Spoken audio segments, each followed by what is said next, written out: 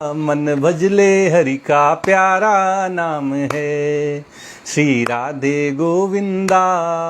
मन भजले हरि का प्यारा नाम है, गोपाला हरि का प्यारा नाम है, नंदलाला हरि का प्यारा नाम है, श्री राधे गोविंदा।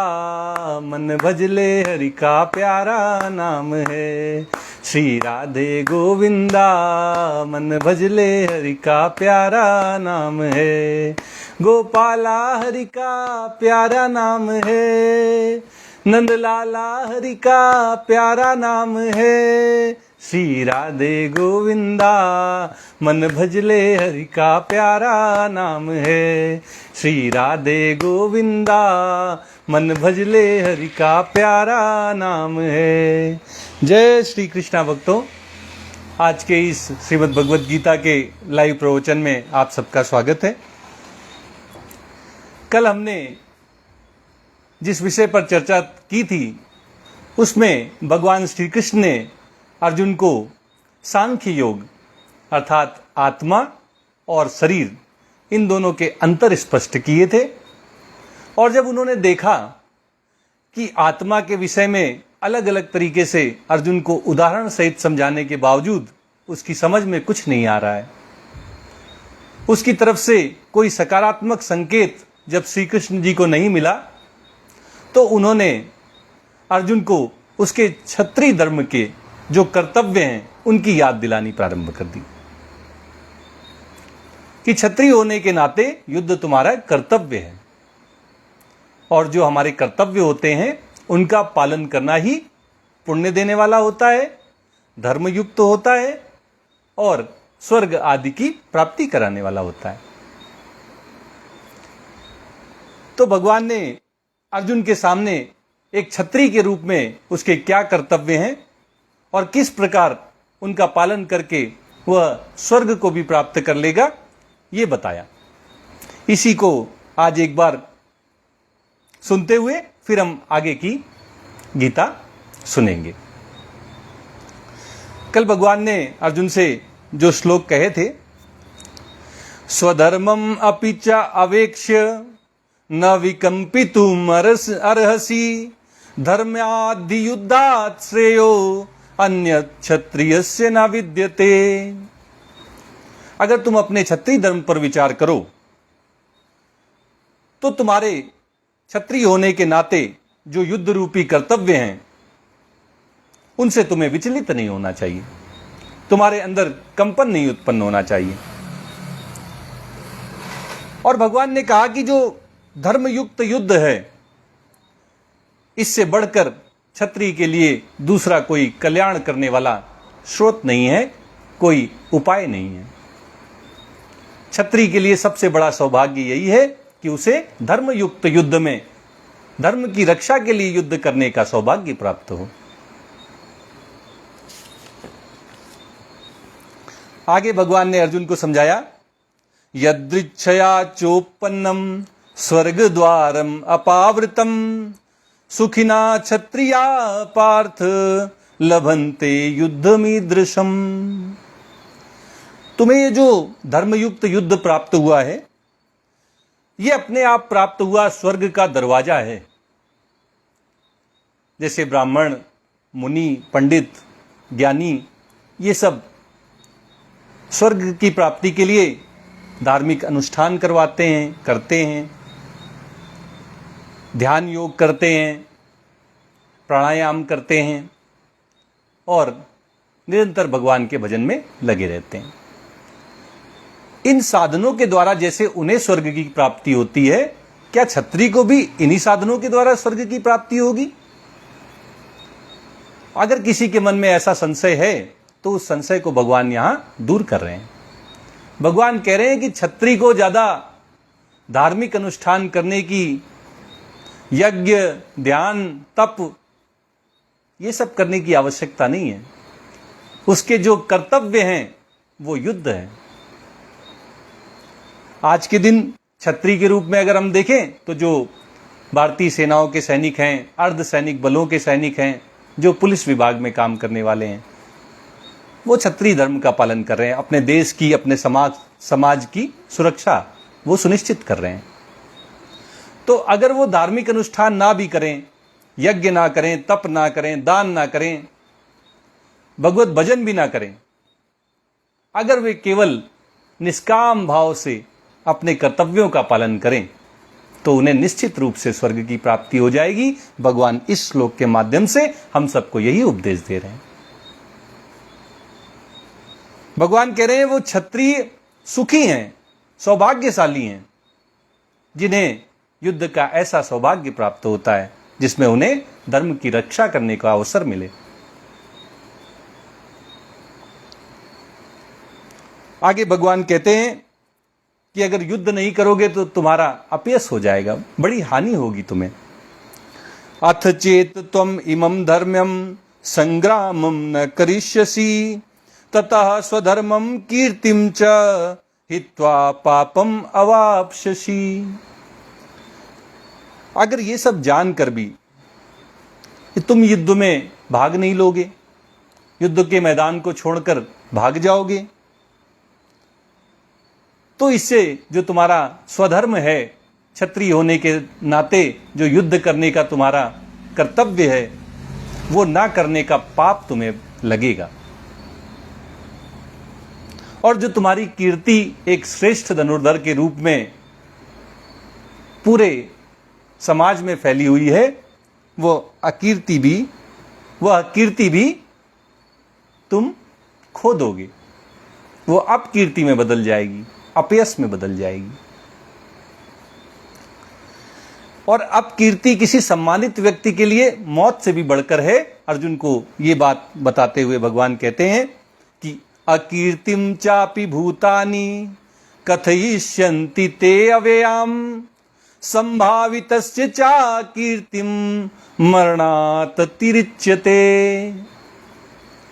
जो ये तुम्हारे विरोधी हैं, युद्ध के मैदान में तुमसे युद्ध करने के लिए, दुर्योधन का साथ देने के लिए आए हैं, ये सब तुम्हारी जो अपयश है, अकीर्ति है, इसको सब जगह फैला देंगे। एक बार अगर किसी की अपकीर्ति, किसी का अपयश फैल जाए तो फिर उसका वो कभी नष्ट नहीं होता, उसका कभी नाश नहीं होता। अव्ययम, वो कभी व्यय नहीं होता, खत्म नहीं होता। एक बार अगर आपके चरित्र में कोई लांछन लग जाए तो फिर कभी वो मिटता नहीं है। और भगवान कहते हैं कि जो सम्मानित व्यक्ति हैं, संभावितस्य चा कीर्ति मरणात् अतिरिच्यते। सम्मानित व्यक्तियों की जो अकीर्ति है, उनका जो अपयश है, वो उनके लिए मरने से भी ज्यादा बुरा होता है। मृत्यु का वर्णन करना वे उचित मानेंगे, उसको प्राथमिकता देंगे, बजाय कि उनका अपयश फैले, उनकी अपकीर्ति हो।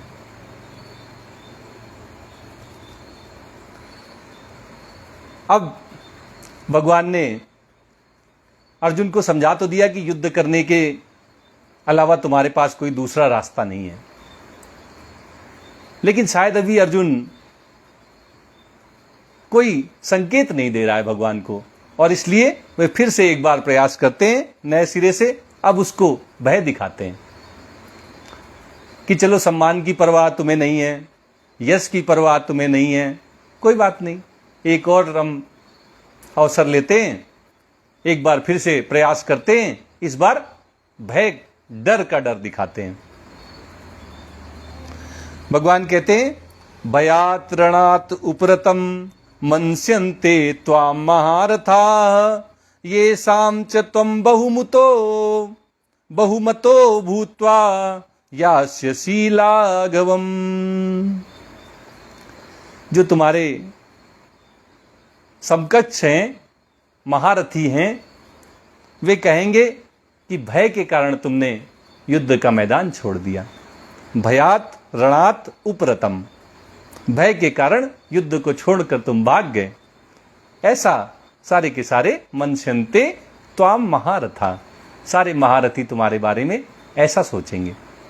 कोई ये नहीं कहेगा कि देखो अपनों को बचाने के लिए वो युद्ध से भाग गया। उसने युद्ध के मुकाबले अपने स्वजनों को बचाना ज्यादा श्रेयस्कर समझा। जो तुम ये तर्क दे रहे थे ये कोई नहीं मानेगा।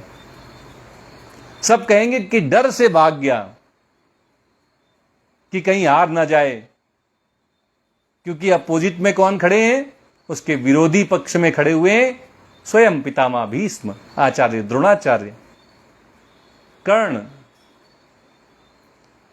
ये सब धनुर्विद्या में अर्जुन से श्रेष्ठ हैं, समकक्ष भी हैं। तो इसलिए वे ये नहीं कहेंगे कि तुमने अपनों को बचाने के लिए युद्ध नहीं करना उचित समझा।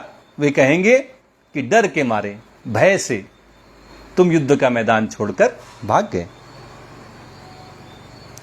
और जब वो ऐसे लांछन तुम्हारे ऊपर लगाएंगे तो ये जो तुम्हारी सबके मन में महान धनुर्धर होने की जो एक छवि बन गई है, तुमने दैत्यों को मार के, गंधर्वों को हरा के, देवताओं को हराकर जो यश अर्जित किया है कि तुम सर्वश्रेष्ठ धनुर्धर हो, वो तुम्हारी जो कीर्ति है वो लघुता को प्राप्त होगी, तुच्छता को प्राप्त हो जाएगी। महान धनुर्धर के रूप में जो तुम जाने जाते हो, आगे चलकर लोग तुम्हें महान नहीं, बड़ा ही तुच्छ प्राणी कहेंगे। तुम्हारा यश लघुता को प्राप्त होगा, तुच्छता तुम्हें प्राप्त होगी।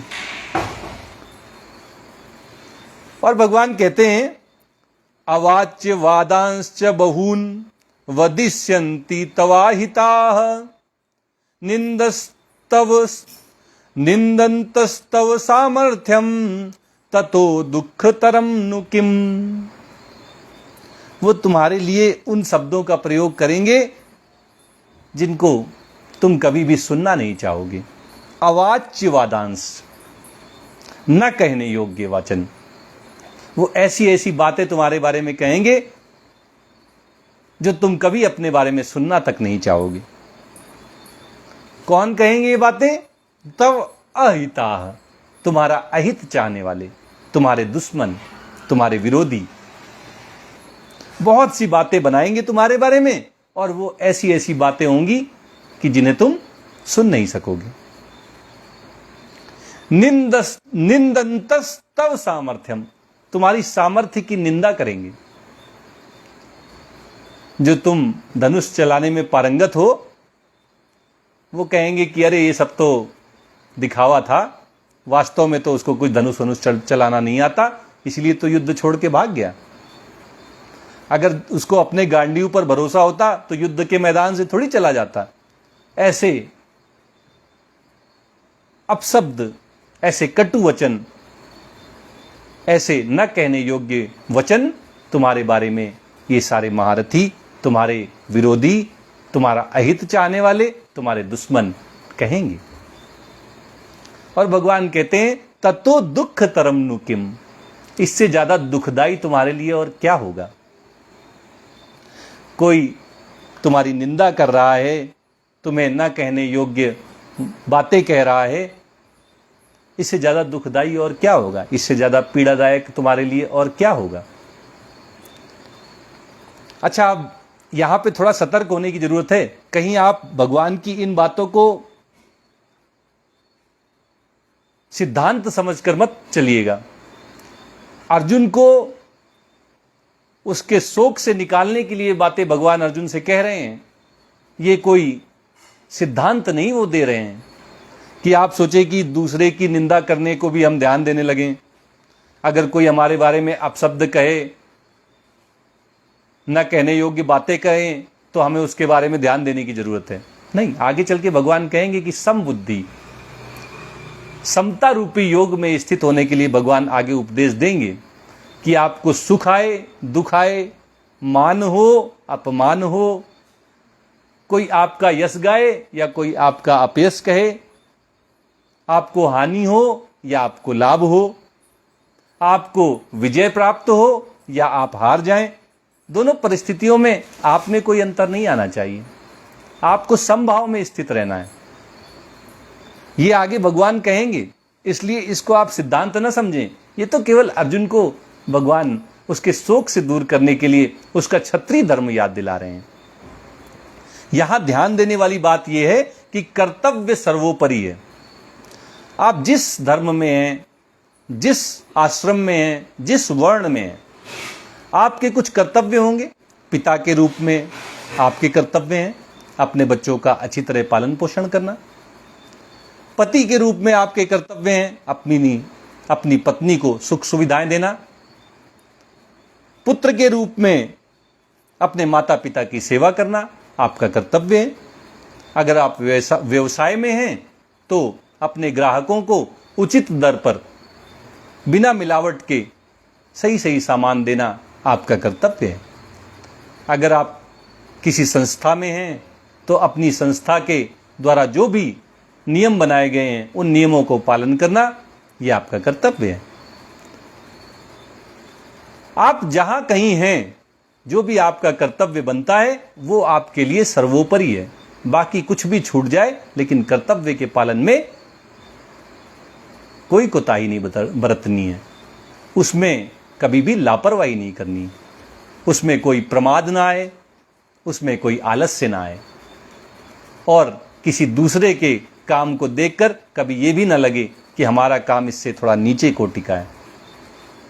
क्योंकि आगे आप देखेंगे गीता में भगवान ने कहा है कि सबके अलग अलग कर्तव्य हैं। ब्राह्मण के विद्या अर्जित करना, विद्या का दान देना, क्षत्रिय के युद्ध करना, राज्य कराना, राज्य चलाना, वैश्य के लिए जरूरत की चीजें सबको उचित दर पर पहुंचाना, और शूद्रों के लिए सेवा करना। और इनको बनाने वाला कोई दूसरा नहीं, स्वयं भगवान है।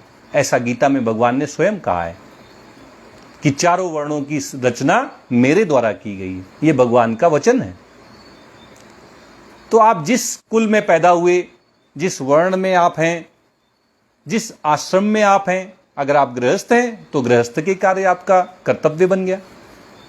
अगर आप ब्रह्मचर्य में हैं तो ब्रह्मचर्य का पालन करना आपका कर्तव्य बन गया। अगर आप वानप्रस्थ की अवस्था में आ गए हैं तो आपको साक्षी भाव से अपने आने वाली पीढ़ियों को आगे बढ़ते हुए देखना, और साथ ही साथ संन्यास के लिए अपना साधन प्रारंभ करना, यह आपका कर्तव्य है। और जब आपने संन्यास ले लिया तो फिर कोई कर्तव्य आपका शेष नहीं रह गया। फिर केवल भगवान का चिंतन, भगवान के भजन, सब कुछ संसार में जो कुछ भी दिखाई दे रहा है, सुनाई दे रहा है, जिसका भी अनुभव हो रहा है, वो सब मायाकृत है, ऐसा मानकर केवल एक भगवान श्री कृष्ण परम पिता परमेश्वर हैं, उन पर ही अपना ध्यान केंद्रित करना, अनन्य भाव से उनकी भक्ति में लग जाना, यही आपका कर्तव्य है। कर्तव्य सर्वोपरि है। अपने कर्तव्य का पालन हर मनुष्य को करना चाहिए। यही यहां से हमें शिक्षा लेनी चाहिए। अब भगवान अर्जुन के उस प्रश्न का उत्तर देने जा रहे हैं जिसमें उसने कहा था हम ये भी नहीं जानते हैं कि हमारे लिए क्या उचित है, हम जीतेंगे या हमारे विरोधी हमें ही जीत लेंगे। तो भगवान अर्जुन से कह रहे हैं कि देखो, तुम एक ऐसी जगह पे आके खड़े हो गए हो जहां तुम्हारे दोनों हाथों में लड्डू है। कैसे दोनों हाथों में लड्डू है? हतो वा प्राप्स्यसि स्वर्गम जित्वा वा भोक्ष्यसे महीम तस्मादुत्तिष्ठ कौन्तेय युद्धाय कृतनिश्चयः। अगर तुम मारे जाते हो तो तुम्हें स्वर्ग की प्राप्ति होगी, क्योंकि क्षत्रिय के रूप में तुम्हारा धर्म है, कर्तव्य है कि तुम युद्ध में भाग लो। और जो वीर सैनिक युद्ध में शहीद हो जाते हैं उन्हें स्वर्ग की प्राप्ति होती है। जित्वा वा भोक्ष्यसे महीम, और अगर तुम युद्ध में जीत गए तो तुम इस धरती का भोग करोगे। इस राज्य को जीतने के बाद तुम इसमें सभी सुख सुविधाओं सहित इसमें रहोगे। तो हारने पे स्वर्ग और जीतने पर राज्य, तुम्हारे तो दोनों हाथों में लड्डू है। तुम्हारी तो कहीं से भी हानि दिखाई नहीं दे रही है। तो अगर तुम्हारे मन में कहीं पर भी ये द्वंद्व है, अगर संशय है कि कुछ मेरी हानि हो जाएगी जीतने से या हारने से मेरी हानि हो जाएगी, तो ये संशय निराधार है। दोनों अवस्थाओं में तुम ही विजेता हो। अगर हार जाओगे, मर जाओगे, तो स्वर्ग को प्राप्त होगे, और अगर जीत जाओगे तो धरती में रहकर राज्य के सुख ऐश्वर्य भोगों का आनंद लोगे। और इसलिए अब भगवान अर्जुन से सीधे सीधे कह रहे हैं कि देखो, तुमको मैंने कर्तव्य समझा दिए, ये भी समझा दिया कि तुम्हारे दोनों हाथों में लड्डू है, अब तुमको उठ खड़े होना चाहिए। भगवान कहते तस्मात् उत्तिष्ठ कौन्तेय, हे कुंती पुत्र उठ खड़े हो। किस लिए? युद्धाय कृत निश्चय, युद्ध करने का निश्चय करके उठ खड़े हो। जब भगवान दुर्योधन के पास गए थे संधि का प्रस्ताव लेकर कि चलो राज्य नहीं आधा देना चाहते हो तो पांडवों को 5 गांव दे दो, तो दुर्योधन ने क्या कहा था कि मैं बिना युद्ध के सुई की नोक के बराबर भी जमीन पांडवों को नहीं दूंगा। ये तो कथा आपको पता है महाभारत की। तब माता कुंती ने अर्जुन के लिए भगवान श्री कृष्ण के हाथों ये संदेश भिजवाया था कि अब मांगने का समय बीत गया है, अब तुम युद्ध करो। अर्जुन को माता का वही संदेश याद दिलाते हुए भगवान उसे कौन्तेय कहकर संबोधित कर रहे हैं कि हे कुंती नंदन, माता की उस शपथ को, माता के द्वारा भेजे गए उस संदेश को याद करो।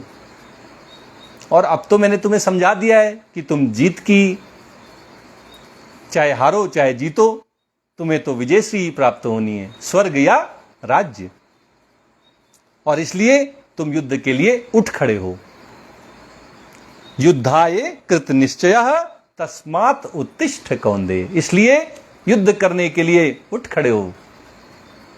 जिसके लिए तुम जाने जाते हो उस गांडीव को उठाओ और युद्ध में लग जाओ। तो क्या अर्जुन युद्ध के लिए तैयार हो गया? क्या अर्जुन ने गांडीव उठा लिया?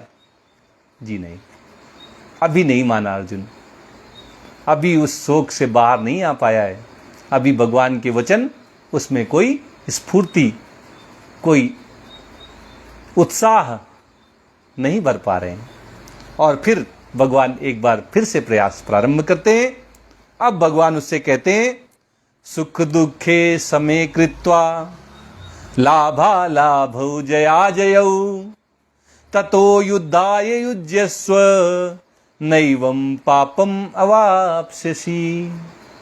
आपको याद होगा भगवान श्री कृष्ण ने पहले अध्याय में जब अर्जुन का रथ दोनों सेनाओं के मध्य में ले जाकर खड़ा कर दिया था, तो अर्जुन ने भगवान से कहा था कि अगर ये सब मारे जाएंगे तो इनके कुल धर्म नष्ट हो जाएंगे, स्त्रियां दूषित हो जाएंगी, वर्ण संकर उत्पन्न हो जाएंगे, समाज में अव्यवस्था फैल जाएगी, कुल परंपराएं नष्ट हो जाएंगी, पितरे नीचे गिर जाएंगे और इन सब के कारण हम बनेंगे, हम सबको पाप लगेगा। जो गुरु होता है ना, वो बिल्कुल एक डॉक्टर के जैसा होता है।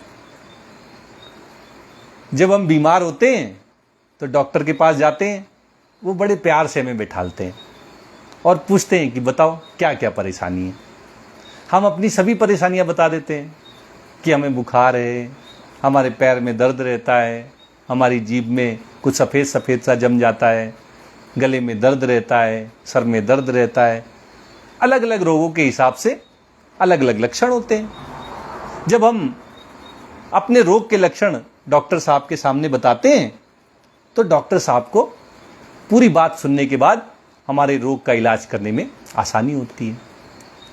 तो गुरु भी ऐसे ही होते हैं, पहले शिष्य से वो पूछते हैं बताओ क्या संशय है, क्या दुविधा है, क्या है जो तुम्हें ध्यान लगाने में बाधा डाल रहा है। और जो जो लक्षण शिष्य बताता है उसी के हिसाब से भगवान उसका इलाज करते हैं, गुरु उसका उपचार करते हैं और तब जाके शिष्य गुरु कृपा से अपने लक्ष्य परमपिता भगवान श्री कृष्ण तक पहुंच पाता है।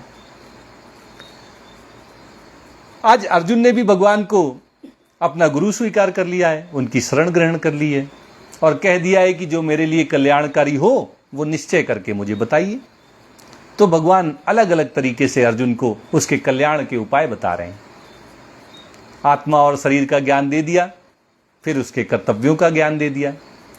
अब उसको समझा रहे हैं कि देखो, समभाव में स्थित हो जाओ, ये द्वंद्वों के चक्कर में मत पड़ो। ये सुख है, ये दुख है, ये विजय है, ये पराजय है, ये लाभ है, ये हानि है।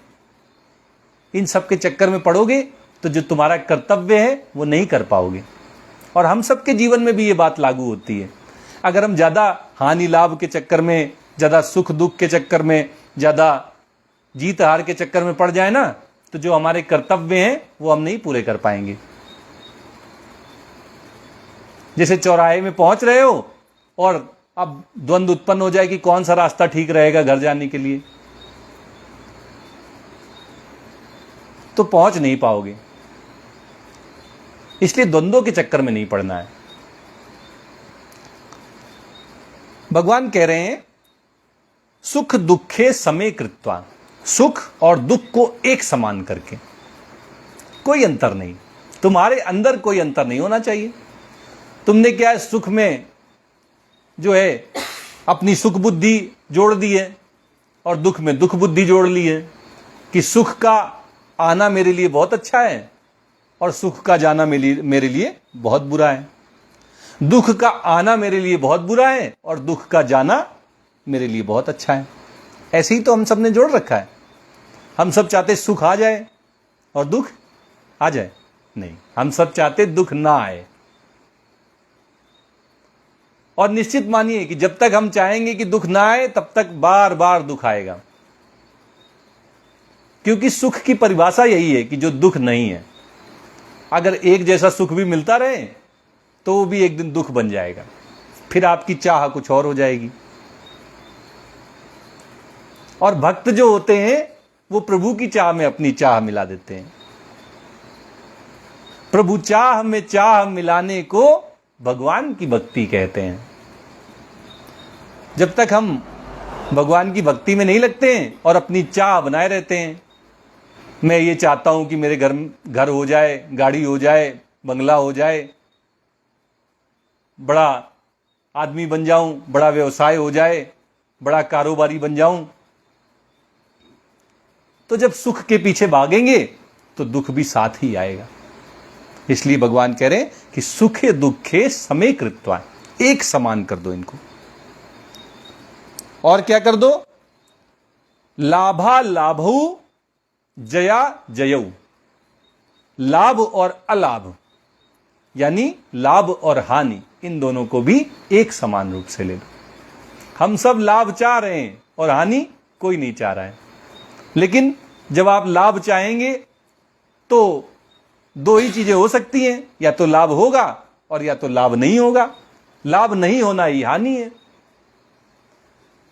एक आदमी इसलिए दुखी था कि उसको किसी ने बोला था कि तुमको 5,000 रुपए दूंगा और दिए 2,000 रुपए। तो हमने केवल सोच रखा था 5,000 मिलेंगे और मिले 2,000, इसलिए हमको दुख हुआ। अगर हमने लाभ की इच्छा ना की होती तो इसमें कोई हानि नहीं थी। उसको 2,000 रुपए मिले हैं। अगर आपके पास कुछ आया है वो तो लाभ बन जाता है। उसके पास 2,000 रुपए आए हैं लेकिन फिर भी वो रो रहा है कि अरे यार 3,000 का नुकसान हो गया। क्यों? क्योंकि लाभ की आशा थी 5,000 की, मिले 2,000, तो 3,000 का हानि हो गई। यही बात भगवान अर्जुन को समझा रहे हैं कि लाभ और हानि, इन दोनों से ऊपर उठ जाओ। और युद्ध में लड़ने जाओगे तो या तो जीत होगी या तो हार होगी। परीक्षा में बैठोगे तो या तो पास होगे या तो फेल होगे। उतावले नहीं होना है कि नहीं मैं तो बहुत मेहनत किया हूं, मैं तो पास ही हो जाऊंगा। आपके जैसे ही लोग तो आपके साथ परीक्षा देने गए हैं, चाहे वो एसएससी की हो, चाहे आईएएस की हो, और चाहे IIT और नीट की हो, सब आप जैसे ही तो पढ़े लिखे लोग गए हैं। आप प्रयास करिए, नहीं हो पाया कोई बात नहीं, हो सकता है भगवान ने इससे बेहतर आपके लिए कुछ सोच रखा हो। जब हम ये सोचने लगते हैं कि भगवान की जो कृपा है, भगवान की दया है, वो दोनों तरीके से हमारे पास आ सकती है। कभी वो अनुकूल परिस्थिति के रूप में, जैसा हम चाहते हैं वैसे रूप में आ जाए तो भगवान की दया है, और अगर कभी जैसा हम ना चाहते हैं उसके उलट आ जाए, जैसा हम चाहते हैं उसके उलट हो जाए, लाभ चाहते हैं हानि मिल जाए, जीत चाहते हैं हार मिल जाए, सुख चाहते हैं दुख मिल जाए, तो इसमें भी भगवान की कृपा समझनी है कि मिलना तो बहुत ज्यादा था, हानि तो बहुत ज्यादा होनी थी, आज सब कुछ बिक जाना था, लेकिन भगवान ने बचा लिया, थोड़े में ही छोड़ दिया। बड़ी कृपा है भगवान की, जो थोड़े से दुख में ही हमें भगवान ने बचा दिया, नहीं तो दारुण दुख भी हो सकता था, किसी की हत्या हो सकती थी, किसी को मारा जा सकता था, लेकिन केवल धन की ही हानि हुई। यह भी एक नजरिया है, और कहते हैं कि अगर दृष्टि बदल जाती है तो सृष्टि बदल जाती है। आपके देखने का नजरिया ही आपको सुखी और दुखी करता है, और यही बात भगवान यहां समझा रहे हैं कि इन सब को एक समान रख लो, सुख आए दुख आए, लाभ हो हानि हो, जय हो पराजय हो, तुमको एक जैसे ही रहना है, दोनों में कोई अंतर नहीं समझना है। जो भी परिस्थिति आ रही है भगवान की दी हुई है, भगवान की कृपा से ही आ रही है। बिना भगवान के चाहे जब एक पत्ता नहीं हिल सकता, तो हमें कोई सुखी या दुखी कैसे कर सकता है, हमारा लाभ और हानि कैसे हो सकती है, हमारी जीत और हार कैसे हो सकती है। बिना भगवान की सहमति के कोई आपको दुख नहीं दे सकता, कोई आपकी हानि नहीं करा सकता, कोई आपको हरा नहीं सकता। भगवान इसमें कुछ आपका भला सोचकर बैठे हैं, ऐसे आप विचार करिए। और यही बात भगवान अर्जुन को समझाकर उससे कहते हैं, ततो युद्धाय युज्यस्व, तुम युद्ध के लिए युद्ध करो, सुख दुख के लिए युद्ध मत करो, लाभ हानि के लिए युद्ध में मत जाओ, जीतने हारने के लिए युद्ध में मत जाओ, केवल युद्ध करने के लिए जाओ। ऐसे जाओ जैसे आज तुम्हें एक किरदार मिला है निभाने के लिए, एक योद्धा का, एक सैनिक का, और जी जान से अपने किरदार को निभाओ, ऐसे जैसे पहले कभी किसी ने नहीं निभाया। लेकिन ये एक किरदार है, इस किरदार का अंत हो जाएगा, इसके साथ अपने को मत जोड़ो। तुम आत्मा हो, अजर अमर अविनाशी हो, अव्यक्त हो, अचिंत्य हो, अविकारी हो। इन सबके साथ अपने आप को मत जोड़ो, क्योंकि तुम सदा से रहे हो, सदा रहोगे। और जब तुम केवल युद्ध के लिए युद्ध करोगे, जीत हार के लिए नहीं, सुख दुख के लिए नहीं, लाभ हानि के लिए नहीं, तो भगवान कहते हैं नैवम पापम अवाप्स्यसि, तो तुम्हें पाप नहीं लगेगा। अर्जुन ने यही कहा था ना कि हम सब पाप के भागीदार होंगे। भगवान कह रहे हैं अगर केवल युद्ध के लिए समता रूपी योग में स्थित होकर युद्ध करोगे, किसी इच्छा से नहीं, किसी आकांक्षा से नहीं, किसी लालसा से नहीं, केवल युद्ध करने के लिए युद्ध, केवल अपने कर्तव्य का पालन, कोई इच्छा नहीं। कर्तव्य के पालन में सुख होगा दुख होगा कोई बात नहीं, कर्तव्य का पालन करूंगा, हानि होगी लाभ होगा कोई बात नहीं, मैं तो अपने कर्तव्य का पालन करूंगा। जीत होगी या हार होगी, मैं अपने कर्तव्य का पालन करूंगा। और जब इस तरह से मैं अपने कर्तव्य को समझकर उसका पालन करूंगा, तो फिर मुझे पाप नहीं लगेगा, फिर मैं जन्म मरण के जो कारण रूपी कर्म का बंधन है उससे मुक्त हो जाऊंगा। यही ज्ञान भगवान अर्जुन को इस श्लोक के माध्यम से दे रहे हैं, और हम सबको भी यही शिक्षा दे रहे हैं कि अपने जो भी कर्तव्य कर्म हैं उनको कर्तव्य समझकर निभाइए और भगवान को समर्पित करते चलिए। कोई इच्छा मत रखिए, कोई आशा मत रखिए, कोई फल की इच्छा ही आपको कर्मों के बंधन में बांध देती है। कर्म करते समय कर्म में आसक्ति ना हो, और जब कर्म करते समय फल की इच्छा ना हो। अगर ये दो भावनाएं हमारे मन से चली जाएं, तो वो हर कर्म अकर्म बन जाता है, निष्काम कर्म बन जाता है। और यही कर्म योग का सिद्धांत है। तो इन श्लोकों में भगवान ने अर्जुन के सभी प्रश्नों के उत्तर दे दिए हैं। जैसे मैंने कहा था, डॉक्टर मरीज के लक्षण सुनने के बाद दवाइयां दे देता है, ऐसे ही गुरु रूप में भगवान अर्जुन के सारे प्रश्नों के उत्तर दे चुके हैं।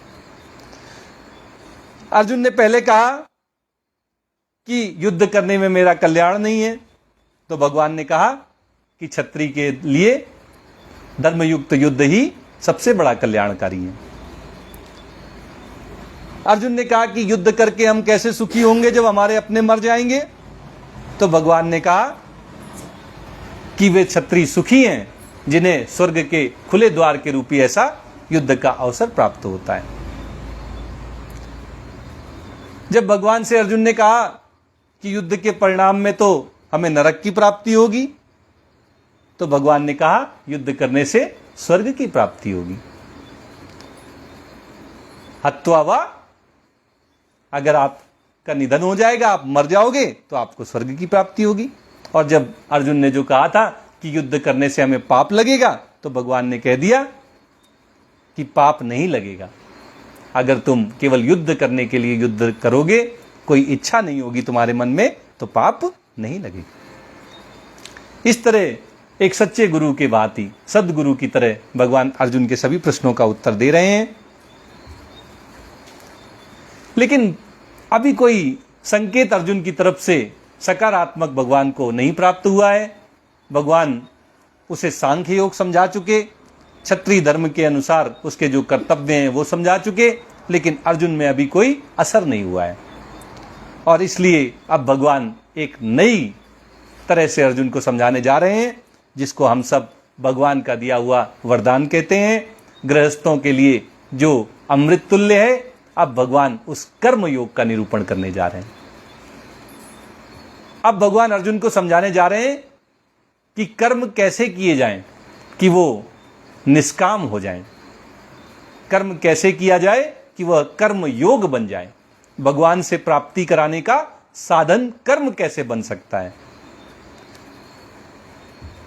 अब भगवान अर्जुन को यह समझाने जा रहे हैं और भगवान कहते हैं, ऐसा ते अभीता सांख्ये बुद्धि योगे त्विमाम शृणु बुद्धया युक्तो यया पार्थ कर्म बंधम प्रहास्यसि। अभी तक जो मैंने तुम्हें कहा वो सांख्य योग था। जो भगवान ने 11वें श्लोक से 30वें श्लोक तक आत्मा और शरीर का अंतर भगवान ने अर्जुन को स्पष्ट किया, वह सांख्य योग कहलाता है। सत्य और असत्य दोनों का भेद करा देना और फिर इस निर्णय पर ले जाना कि जो असत्य है वह सब नष्ट होने वाला ही है, प्रतिक्षण वो क्षीण हो रहा है और वो नष्ट ही होना है, और जो सत्य है वो सदा से स्थायी रहा है, सनातन है, शाश्वत है, वो कभी नहीं बदलेगा, उसका कभी अंत नहीं होगा, वो अजन्मा है, अविकारी है, अविनाशी है। ये सिखाना ही सांख्य योग के लक्षण है। अब भगवान उसको बुद्धि योग सिखा रहे हैं। बुद्धि योग ये कर्म योग को ही कहा जाता है। बुद्धि के द्वारा अपना कर्म करते समय जब हम दो बातों का ध्यान रखें, कर्म करते समय कर्मों में आसक्ति ना हो और कर्म फल की कोई इच्छा ना हो। जब इन दोनों बातों का ध्यान रखते हुए अपने स्वार्थ के लिए नहीं, लोक कल्याण के लिए, दूसरों की भलाई के लिए जब हम कर्म करते हैं, लोक संग्रह के लिए कर्म करते हैं कि समाज में एक सकारात्मक संदेश हमारी तरफ से जाएगा कि इस तरह से मनुष्य का जीवन होना चाहिए, मर्यादा पुरुषोत्तम भगवान की तरह हम समाज को एक दिशा देने का कार्य करेंगे, तब हम कर्म योगी बन जाएंगे। भगवान उसी को बुद्धि योग कहते हैं। भगवान कहते हैं बुद्धि योगे त्विमाम शृणु। अब मैं बुद्धि योग के बारे में तुम्हें बताने जा रहा हूं। कर्म योग का अब ज्ञान तुम्हें दूंगा, इसको सुनो। बुद्धया युक्तो यया पार्थ कर्म बंधम प्रहास्यसि। और भगवान इसकी महिमा बताते हुए अर्जुन से कहते हैं कि जब निष्काम भाव से कोई मनुष्य कर्म करता है, अपने कर्तव्यों का पालन करता है, तो वह कर्मों के बंधन से मुक्त हो जाता है। कर्मों का बंधन क्या है? जन्म और मरण, इनका जो चक्र है, जन्म के बाद मृत्यु, मृत्यु के समय जो इच्छा हुई उसके हिसाब से पुनर्जन्म, फिर नई इच्छाएं पैदा हुई, फिर मृत्यु के बाद फिर पुनर्जन्म। जन्म मृत्यु का ये जो चक्र चलता है, ये केवल और केवल कर्मों के बंधन के कारण है। और कर्म तभी तक बंधनकारी होते हैं जब तक हम उनके साथ कर्ता और भोक्ता, ये दो भाव जोड़े रहते हैं। जब तक हम सोचते हैं कि हम करने वाले हैं, हम अपना घर चलाने वाले हैं, हम अपना परिवार चलाने वाले हैं, तब तक हमारे द्वारा जो भी कर्म किए जा रहे हैं वो सब हमें जन्म मरण के चक्र में बांधने वाले होंगे।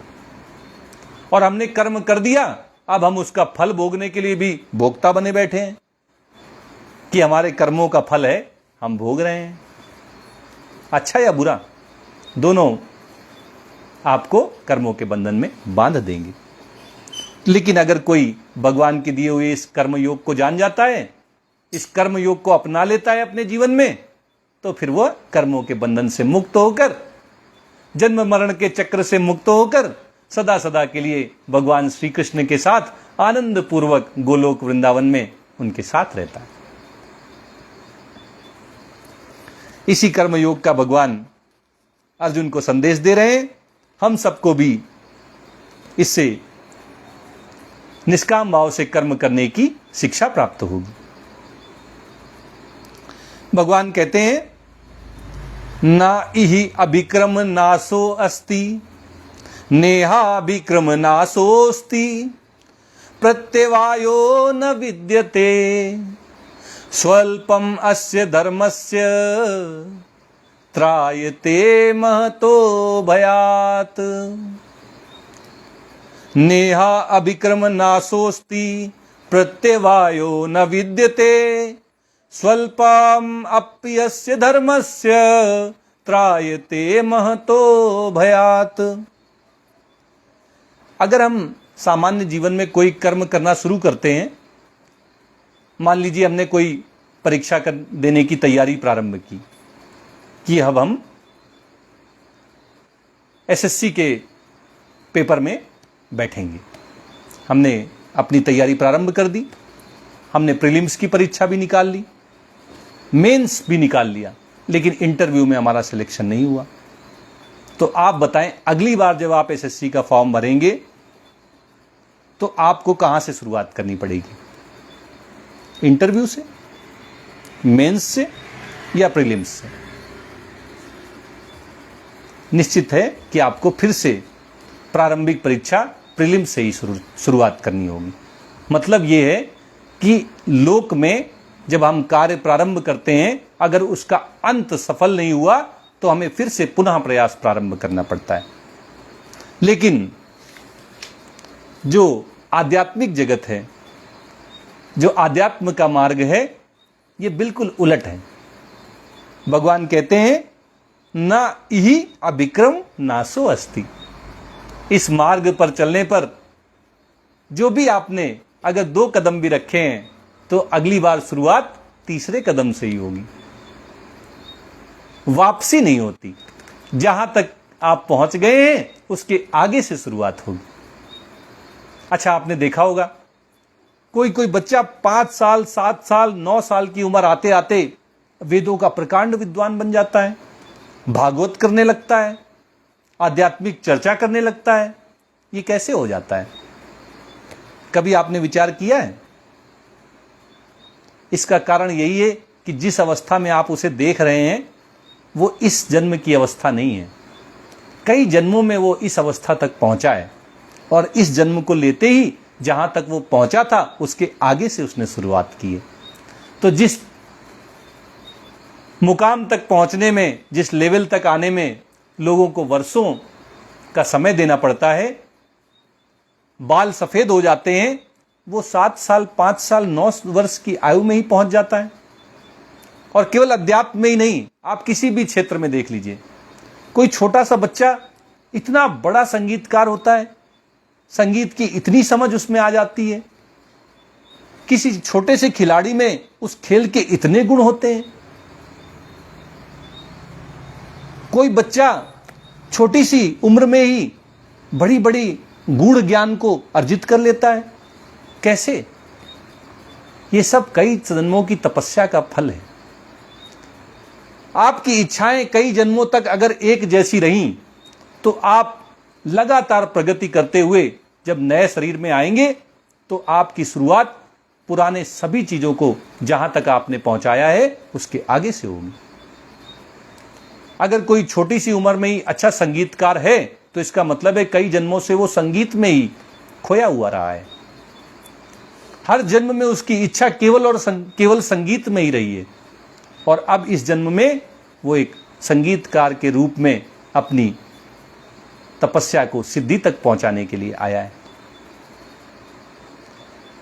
तो जो आध्यात्मिक मार्ग है, कर्म योग का जो मार्ग है, निष्काम भाव से करने का जो फल है वो ये है कि आपको फिर पीछे नहीं लौटना होगा, आपकी शुरुआत वहीं से होगी।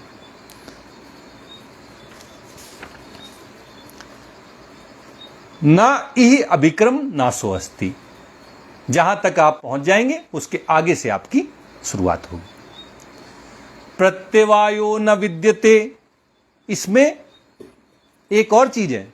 जैसे आपने अगर एलोपैथिक दवाई ले ली, आपको सर दर्द हो रहा था, आपने डिस्प्रिन खा ली। आपको बुखार था, आपने कॉम्बीफ्लेम खा ली, तो बुखार तो उतर गया, लेकिन हो सकता है कि आपको त्वचा में जलन होने लगे, इचिंग होने लगे। कहने का मतलब यह है कि साइड इफेक्ट आ सकता है। जो साइड इफेक्ट है वो यही प्रत्यवायो कहकर भगवान यहां समझा रहे हैं कि उल्टा फल भी हो सकता है। अगर आपके मन में संशय है कि कर्म योग का पालन करने में कोई उल्टा फल कभी हो जाएगा, कोई साइड इफेक्ट होगा, तो आप अपने मन से इसको निकाल दीजिए। निष्काम भाव से किया जाने वाला कर्म कोई उल्टा प्रभाव नहीं डालता है, उसका कोई उल्टा फल नहीं होता है। पाप और पुण्य दोनों से ऊपर होता है। और इसीलिए भगवान यहां अर्जुन से कह रहे हैं कि प्रत्यवायो न विद्यते, इसका कोई उल्टा फल नहीं होता, इसका कोई साइड इफेक्ट नहीं होता। और भगवान क्या कह रहे हैं? स्वल्पम अपि अस्य धर्मस्य त्रायते महतो भयात, बड़े से बड़ा भय केवल छोटे से स्वअल्पम अस्य धर्मस्य, इस कर्म योग का थोड़ा भी अगर आपने अपने जीवन में पालन कर लिया तो महान से महान भय से ये आपकी रक्षा करेगा। आपके ऊपर कोई डर कभी नहीं आ पाएगा, कोई डर नहीं सताएगा आपको। डर कौन से सताते हैं हमें बताइए? हानि का डर, कहीं हमारी हानि ना हो जाए, और हार का डर, कहीं हमारी हार ना हो जाए, और डर सताता है हमें कि हमारे हाथों पाप ना हो जाए। जब हम कर्म योग निष्काम भाव से कर्म करते हैं तो भगवान ने पहले ही कह दिया है कि निष्काम भाव से कर्म करने वाला कर्मों के बंधन से मुक्त हो जाता है। भगवान ने कहा था कर्म बंधम प्रहास्यसि, कर्मों को बंधन को पार कर जाता है।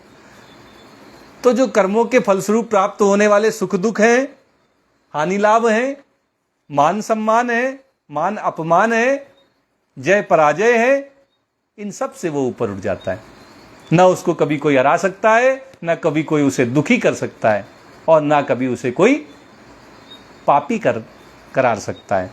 उसके हाथों कोई पाप भी नहीं हो सकता है।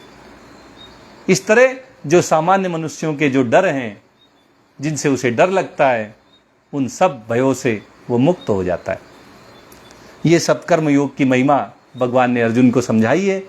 अब महिमा समझाने के बाद भगवान धीरे धीरे अर्जुन को उसका जो क्षत्रिय धर्म है, उसके जो कर्तव्य हैं, उनको करते हुए कैसे वह कर्मयोगी बन सकता है, ये बताने जा रहे हैं। लेकिन उससे पहले भगवान उससे कहते हैं, व्यवसायात्मिका बुद्धि एकेह कुरु नंदन, बहुशाखा ही अनंताश्च बुद्धयो अव्यवसायिनाम। व्यवसायात्मिका बुद्धि और अव्यवसायिका बुद्धि, दो तरह की बुद्धि भगवान यहां कह रहे हैं। एक जिसने निश्चय कर लिया है और एक जिसने निश्चय नहीं किया है, जिसमें संशय है, जो दुविधा में पड़ी हुई है, वो बुद्धि अव्यवसायात्मिका है। और जिसने निर्णय कर लिया है कि मुझे तो बस भगवान की भक्ति करनी है, भगवान के भजन करने हैं, जो भी कर्तव्य हैं मेरे उनको मैं करूंगा और भगवान को समर्पित कर दूंगा, बिना हानि लाभ जय पराजय, बिना सुख दुख की इच्छा के, तो भगवान कहते हैं कि ऐसी बुद्धि व्यवसायात्मिका निश्चयकारी बुद्धि होती है। और उसकी विशेषता भगवान कह रहे हैं कि जो व्यवसायात्मिका बुद्धि होती है, एकेह कुरुनंदन, हे कुरुवंशी, हे कुरुनंदन, जो निश्चयात्मिका बुद्धि होती है, निष्काम भाव से कर्म करने का जो प्रण ले लेते हैं, प्रण लेने वाले ऐसे व्यक्तियों की बुद्धि केवल एक सूत्र में चलती है कि मुझे भगवान की सेवा करनी है।